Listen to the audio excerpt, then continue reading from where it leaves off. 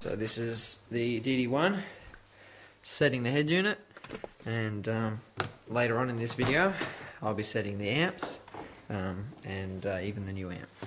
Okay, so I got a test disc skin of the DD-1 here turned on. I've got the DD-1 grounded, you can't see it's in the back there, and I've got a positive speaker wire just there. I'm going to put the probe on, so we're just going to push play. Alright, that's 18, 20, got this signal, 25, 26, 27, 28, 29, 30, 31, 32, 33, we got distortion. So 32 on this JVC deck is where it's clean. I actually normally play it around 34, 35, so I have been going a little bit past distortion. So there we go. 32 is clean, 33 is not. So we're going to set the gain on the Colossus and on the T800 sitting there next to it. I started doing this before and the camera went flat, so that pissed me off. But anyway, here we go. So I got the DD-1HV, but same thing as the DD-1 for what I'm doing here. So I've got a wire. You can probably see that down there with the little probe sticking into it. That's just coming from the positive. Obviously I've taken my box out, so the sub's on in here and everything. And then the ground is on the ground of the amp.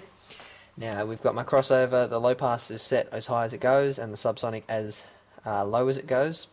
And now we'll turn the gain all the way off. Now I'm going to go and turn the head unit, which is on there, and it's going to be playing track 5. So we'll start it. There we go, it's playing track 5, which is the track you use for this, minus 10 dB. There's also minus 5 and minus 15. Minus 5 will give you the louder system, but obviously the more chance of clipping. Minus 15 will be the most sound quality. I thought I'd go in the middle. Okay, so if I just put that there, you can see this is the gain right here, and you can see the little clipping indicators built into the amp. So I'm going to turn the gain up here. So we've got a 40 Hz detect. Now keep turning it, and it'll actually go all the way around. It's a pretty clean amp. It's because I got a 4.5 volt output from a head unit. And we should just about get into distortion. And there it is. See just there?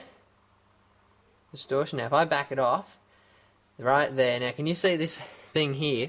When it's green, that means it's pre-clipping, and when it's orange, it means it's just starting. See? And the DD-1 is picking up distortion just there. Okay? So the thing in the amp is probably actually set a little bit more sensitive. But right there, it's pre-clipping, so it is not clipping, and it's definitely not distorting. Now that is way higher, just well, a fair bit higher than I had the gain set. We zoom in there. I know it's I had the gain set probably about here. Okay, so this actually could have been louder than I was playing it. Though that's saying I've been playing it on 35 on the head unit, whereas I know now it clips at 33, so I can only play it at 32. And now we're over here at the T800. I've got the probe in the positive left, and I'm going to put the ground in now. This one's a little bit hard, but you just kind of push it in there. There we go, it's touching. And then we turn the gain completely down. Got it on all pass. Okay, and so I think you can see. There we go, you can see that. So we're just going to turn the gain up. So we're going to crank it up here. Crank it up, up, up, up, up. A little bit of distortion. And there she is. Right there, clean. Now I just want to show you something. Clean on this amp is there. A bit past the 7. Now I've had it set. I set it by ear, and also I set it by ear, and I also found that it was around the 7. But because I know that this amp can put out a lot more power than my Pioneers can handle, I like to set this amp at about 6, so I've turned it down, so it's putting out less power than it can. Okay, so I like to put it just on the other side of the 7. So I've turned those down, if anything. Okay, so I know that's 100% clean. It's not even like on the verge. It's dead set clean. All right, time to install the Crescendo BC5500D. Just got home from work and found that it was here. So first thing I'm going to do is install the bass and control knob. I'm going to take out the old Hyphonics one. So I'm going to do that first, run that.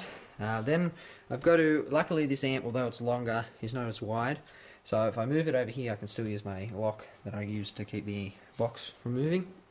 So I've got to move one fan. Alright, now that's the best I can do with the fans. This one's now blowing across the amp, and the other one's blowing down this way.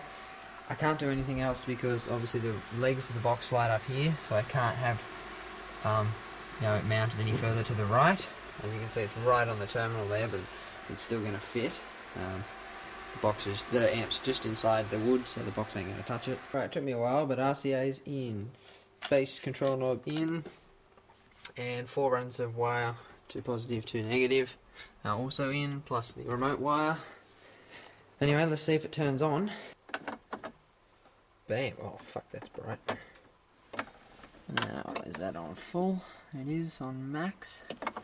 Okay, I'm going to go my DD-1, and we will set the gain on the Crescendo.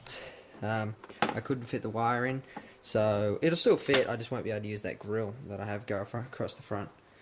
It's just too big a amp. The head unit on 32, which is where it is clean still, and it clips at 33. So now I'm going to set the gain on the amp, and as I said, play track 3. Track 3 will ensure maximum sound quality. Track 5 result in a louder system. Track 5 is compromised, it's in the middle. So what I'm going to do is have to set your low pass on as high as it goes. So 250 Hertz. Subsonic on as low as it goes, which is 10 Hertz. Bass boost I'm going to have off, and gain is currently off.